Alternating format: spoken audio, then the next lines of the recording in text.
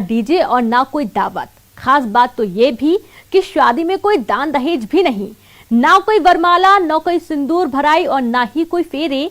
ऐसा विवाह हुआ जिसमें महज 17 मिनट में जोड़ी बन गई।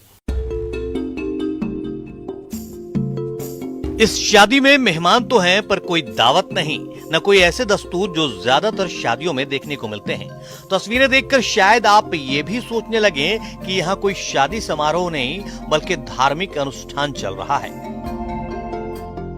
महज 17 मिनट की रमैनी में एक छोटे से मंच पर गुरु की चरण पादुकाएं रखकर दूल्हा दुल्हन एक दूसरे के आमने सामने हैं। सामने घराती और बाराती अपने अपने मोबाइल कैमरों से इन लम्हों को कैद कर रहे हैं।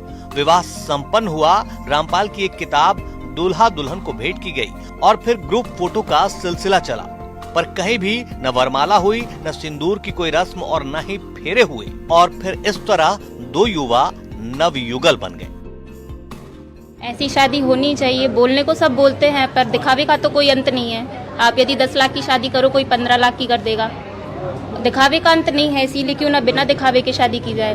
तो हमारे गुरुजी संत रामपाल जी महाराज जी हम लोगों को ऐसी शिक्षा दी है और उनके सारे जितने भी अनुयायी हैं वो सब इसी प्रकार से शादी करते हैं। वेरी फ्री सिस्टम है ये, तो कहीं के दोनों परिवार, दोनों पक्षों के लिए बहुत बेटर चीज़ है ये।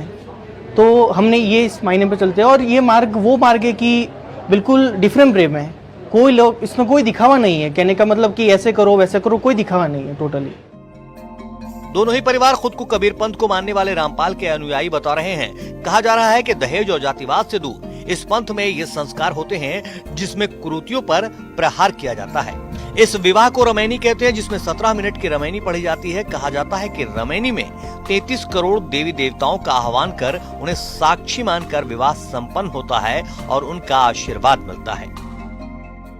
परमात्मा के विधान के तहत संत रामपाल जी महाराज का एक ही उद्देश्य है कि हमारा जो है दहेज मुक्त विवाह होना चाहिए और दहेज मुक्त विवाह के तहत ये आयोजन किया गया। इसको रमैनी बोलते हैं। 17 मिनट की रमैनी होती है। इस रमैनी में 33 करोड़ देवी देवताओं का आह्वान किया जाता है और वो लोग को आगे ही स्वयं अपना आशीर्वाद परमात्मा को देते हैं। परमात्मा आशीर्वाद साथ में देते हैं वो जी। किसी भी माँ बाप के लिए संतान की शादी बड़ा सपना होता है। बेटी की शादी वो भी बिना दहेज के। इस दौर में इससे बड़ी सौगात क्या हो सकती है। दुल्हन के पिता का कहना है कि कोरोना काल में इस तरह का ये आयोजन प्रासंगिक है, इसलिए उनकी आंखों में खुशी के आंसू हैं। रामपाल जी महाराज जी के जो अनुयायी हैं उनमें भक्त और भक्तमती की जो शादी होती है और भक्तों में होती है। इसमें जाति बाति का जाति भेद नहीं मानते वो, और बगैर दहेज के साधारण तरीके से जिस स्थिति में रहते, आडम्बर, ना कोई आपका बाजा गाजा डीजे खान ये कुछ टाइप का नहीं होता। सीधा तरीके से वर और वधू जो है अपने आप को उसमें देख लेते हैं, दोनों भक्त में, और भक्तात्माओं की ये बगैर दहेज की शादी हो जाती है। अनेकता में एकता देश की पहचान ही नहीं ताकत भी है। ऐसे ही कई पहलुओं के पंथ, धर्म, सभ्यता और संस्कार को समेटे है हमारा भारत, जहां सबको आजादी से गौरवपूर्ण जीवन जीने का अधिकार है। ये विवाह भी उसी परंपरा का एक उदाहरण है और मौजूदा वक्त में संदेशों से भरा विवाह संस्कार है।